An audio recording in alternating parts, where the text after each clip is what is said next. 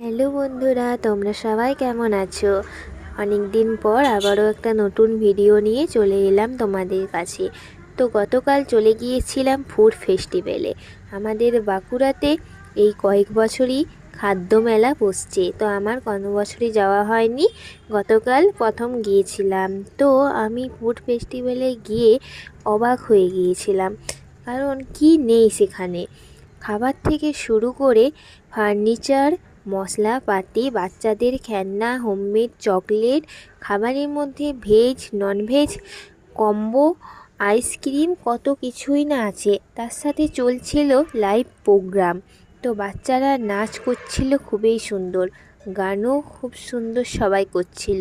তো দেখো, আমরা যেহেতু ভেজ খাই, তাই আমরা ভেজ আইটেমই নিচ্ছিলাম। ননভেজটা সেখানে বেশি ছিল।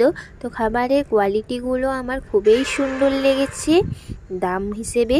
তো দেখো, এখানে বিহারের ফেমাস লিট্টি চোখাও ছিল। তো লিট্টি চোখাটা ছিল অসাধারণ এক কথায়। তারপর আচার, নানা রকমের আচার ছিল। আর এদিকে ছিল ফুলের গাছ। তো আমার সব মিলিয়ে খুবই সুন্দর লেগেছে ফুড মেলার এক্সপিরিয়েন্সটা। তোমরাও অবশ্যই যাবে। টাটা।